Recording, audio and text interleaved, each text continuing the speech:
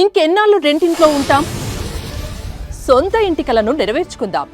Suman TV biggest property expo October 18th, 19th HSCC Novotel Hyderabad. ఇప్పుడే free entry కోసం call చేయండి.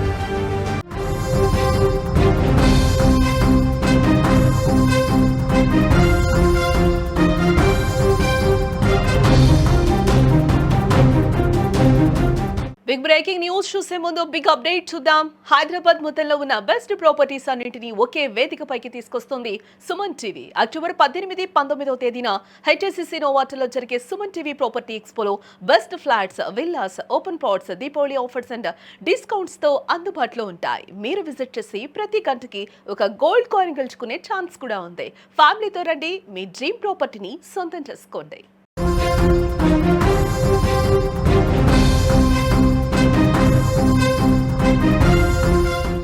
Breaking news చూస్తున్నాం. BC రిజర్వేషన్లపై సుప్రీంకు ప్రభుత్వం వెళ్తున్నట్లుగా కూడా తెలుస్తోంది.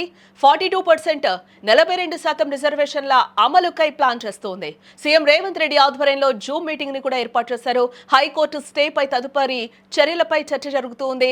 జీవో 9 అమలుకు సుప్రీం తలుపు తట్టాలని కూడా నిర్ణయం తీసుకుంది. రిజర్వేషన్లు తేలే వరకు కూడా ఎన్నికలు లేవని కూడా స్పష్టీకరణ. న్యాయవాది అభిషేక్ మను సింఘ్వితో సంప్రదింపులు జరుపుతున్నట్లుగా తెలుస్తోంది. వచ్చే వారం కేబినెట్ భేటీలో కీలక నిర్ణయం తీసుకునే అవకాశాలైతే కనిపిస్తూ ఉన్నాయి. తెలంగాణ ప్రభుత్వం కీలక రాజకీయ న్యాయపరమైన నిర్ణయం తీసుకుంది. స్థానిక సంస్థల ఎన్నికల్లో బీసీలకు 42% రిజర్వేషన్ల అమలు చేయాలనే లక్ష్యంతో త్వరలో సుప్రీంకోర్టును ఆశ్రయించాలని కూడా డిసైడ్ అయింది. ఏ వ్యవహారంపై సీఎం రేవంత్ రెడ్డి తన క్యాంపు కార్యాలయంలో కీలక నాయకులతో జూమ్ మీటింగ్ లో సుదీర్ఘంగా చర్చించడం జరిగింది. టీపీసీసీ అధ్యక్షులు మహేష్ కుమార్ గౌడ్, అలాగే AICC in-charge Meenakshi Natarajan, deputy CM Bhatti Vikramarka, మంత్రి పొన్నం ప్రభాకర్ వంటి ముఖ్య నాయకులు పాల్గొన్నారు.